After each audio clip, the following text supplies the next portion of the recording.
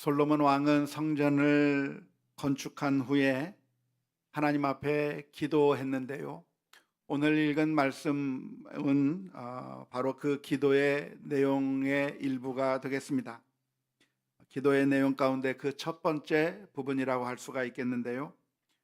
솔로몬은 하나님께 고백을 했습니다. 하나님에 대해서 먼저 고백하는 말, 하나님을 찬양하는 말을 먼저 했는데 열왕기상 8장 23절에서 뭐라고 했습니까? 이렇게 고백했습니다.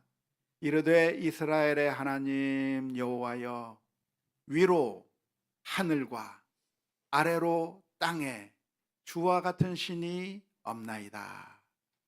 주께서는 온 마음으로 주의 앞에서 행하는 종들에게 언약을 지키시고 은혜를 베푸시나이다 라면서 하나님이 어떠한 하나님인가에 대해서 고백하는 그 고백의 기도를 하나님 앞에 올려드렸는데요. 한마디로 말하면 하나님이 어떤 하나님이라고 하는 이야기입니까? 최고의 하나님이다. 우리 하나님이 어떤 하나님? 최고의 하나님이다 라고 고백하고 있는 것인데요. 이러한 고백은 어떤 고백일까요? 객관적인 고백입니까? 주관적이고 상대적인 고백입니까? 이러한 고백이 주님이 우리 여호와 하나님이 최고입니다 라고 하는 고백이 객관적인 고백입니까? 주관적이고 상대적인 고백이라고 할 수가 있겠습니까? 둘 다죠. 객관적이면서도 동시에 경험적인 고백이라고 할 수가 있겠습니다. 그런데 이 종종 최고라고 하는 말은 객관적인 것을 나타내기보다는 주관적인 것을 표현할 때가 많습니다. 자신의 입장에서 자신이 지금까지 경험한 것에서 자신과의 관계 속에서의 최고를 말하는 것이죠.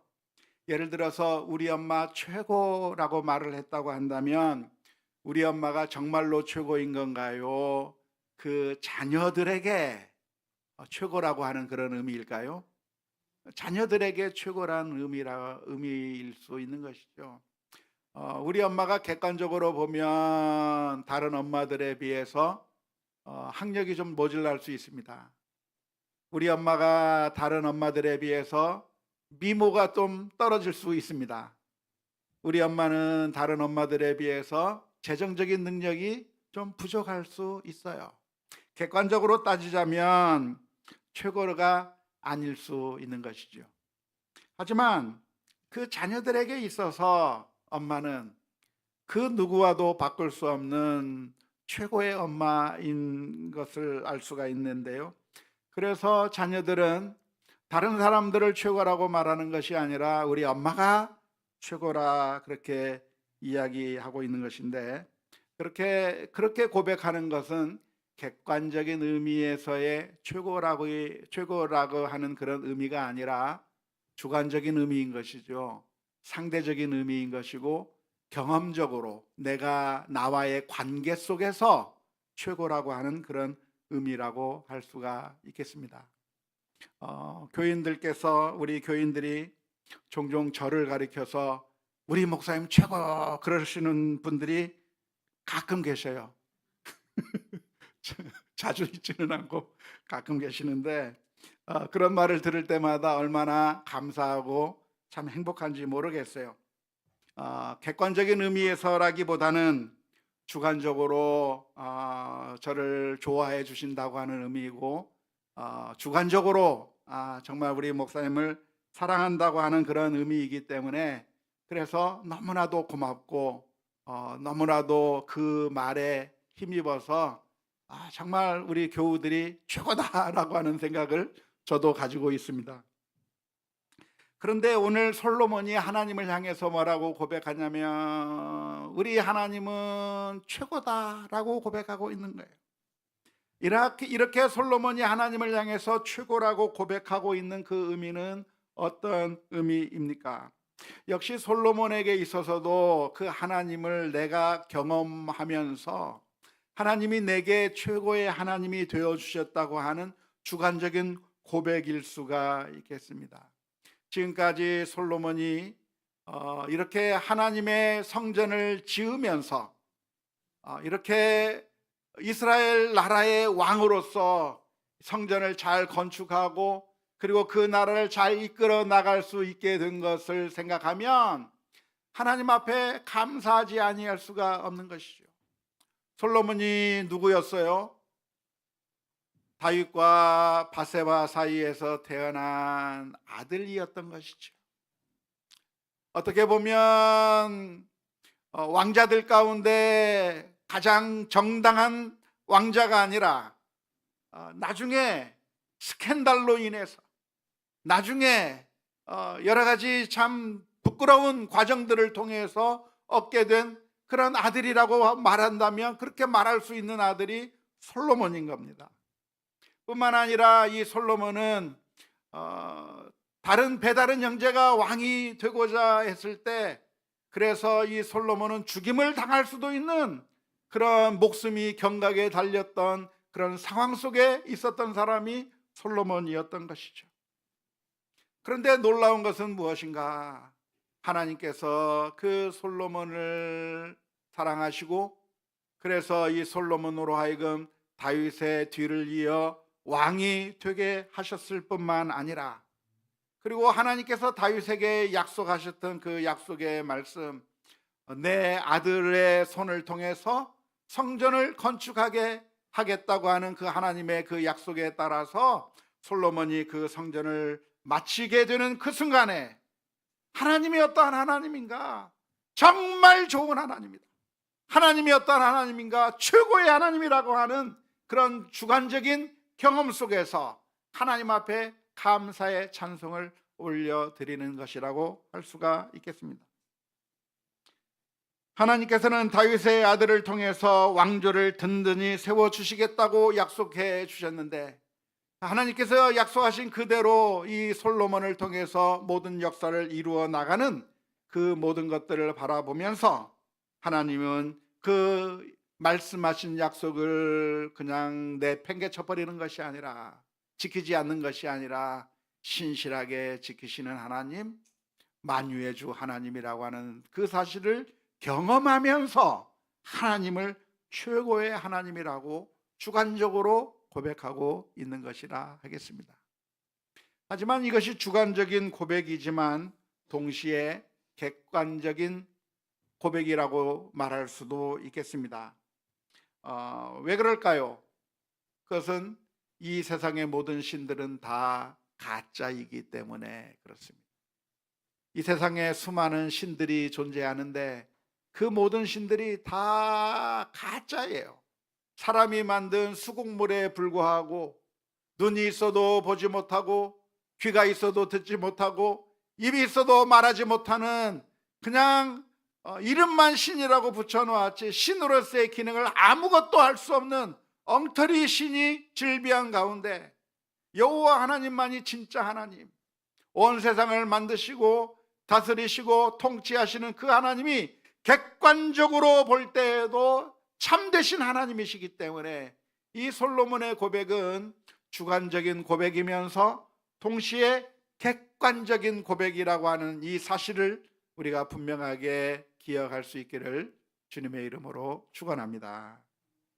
종종 주관적으로 경험하고 주관적으로 고백했다고 하는 이 사실은 그러니까 객관적으로도 최고일 수 없다고 하는 말에 근거가 되지는 않습니다.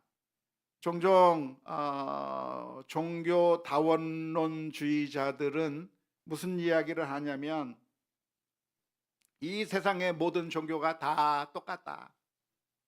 기독교의 종교나 불교나 아니면 이슬람교나 힌두교나 이 세상에 존재하는 어떤 종교든지 사실은 다 똑같은 것이고 너나 나나 서로 우열을 가릴 것이 없이 서로가 다 자기가 최고라고 이야기하고 서로가 다 자기가 진짜라고 이야기하지만 종교학자들의 관점에서 보면 모든 종교가 다 똑같은 것이기 때문에 어느 길로 가든 정상에서 다 만나게 되어 있듯이 어느 신을 믿든지 결국에는 다 마지막에 다 같은 결과를 가져오게 되는 것이고, 너네만 최고라고 말하지 마라, 니네만 진짜 하나님이라고 말하지 마라, 니네만 진리를 가지고 있다고 말하지 마라. 모두가 다 똑같은 신이고 너희가 말하는 그 최고의 신이라고 하는 것은 주관적인 의미인 것이지 객관적인 것은 아닌 것이다라고 그렇게 주장하는 경우가 많이 있습니다.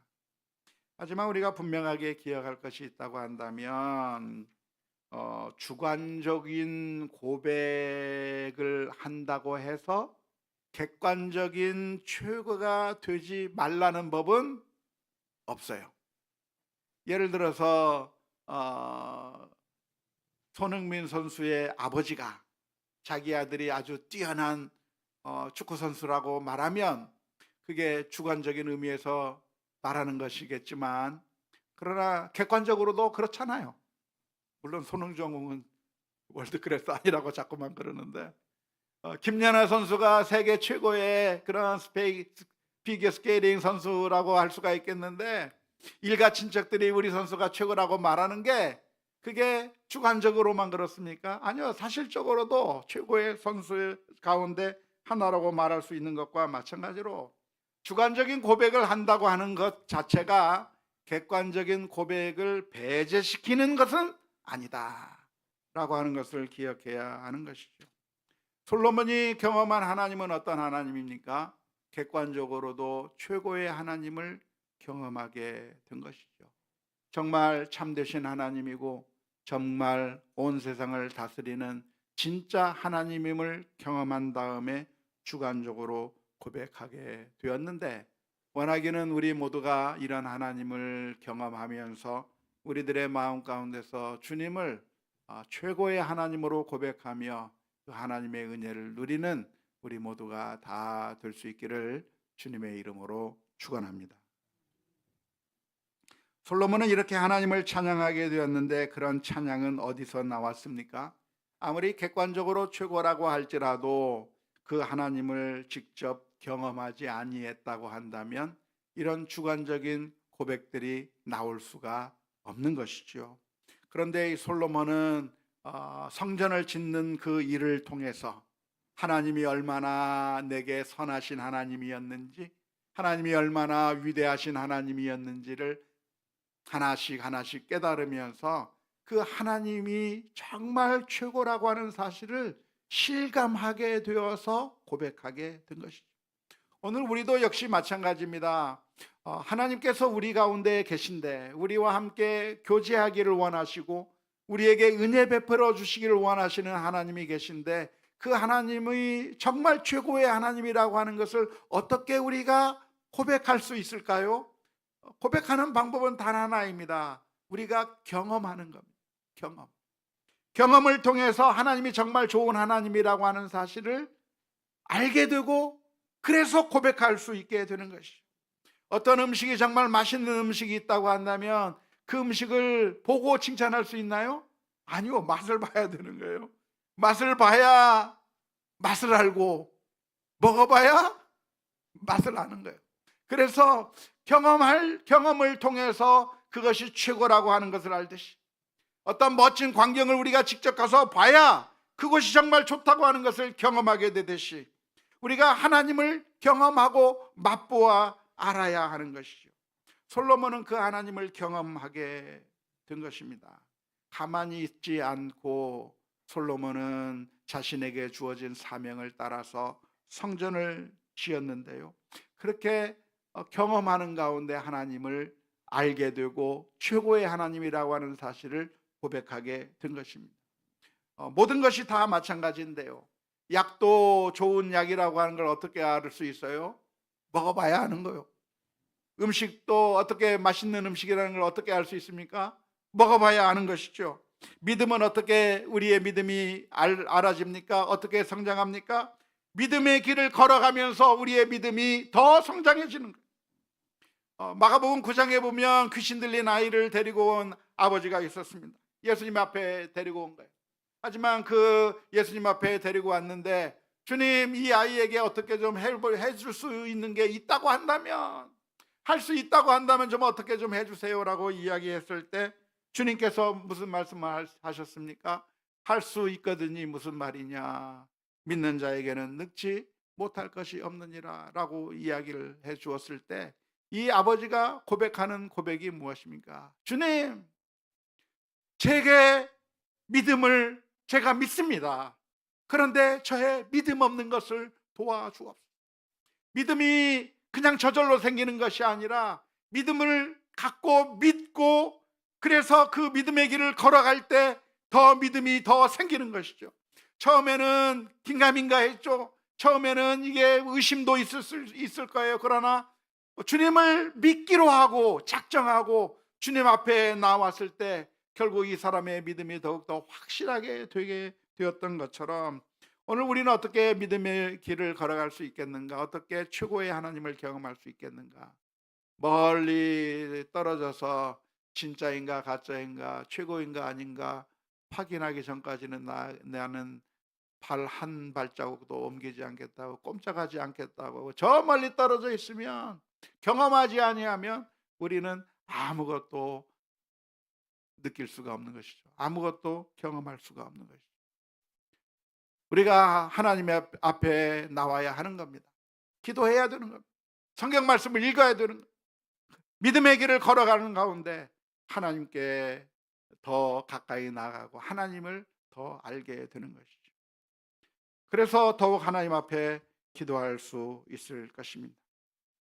열왕기상 8장 25절에서 26절 말씀에 이렇게 더 기도했습니다. 이스라엘 하나님 여호와여, 주께서 주의 종 내 아버지 다윗에게 말씀하시기를, 내 자손이 자기 길을 삼가서 내가 내 앞에서 행한 것 같이 내 앞에서 행하기만 하면 내게서 나서 이스라엘 왕위에 앉을 사람이 내 앞에서 끊어지지 아니하리라 하셨사오니, 이제 다윗을 위하여 그 하신 말씀을 지키시옵소서.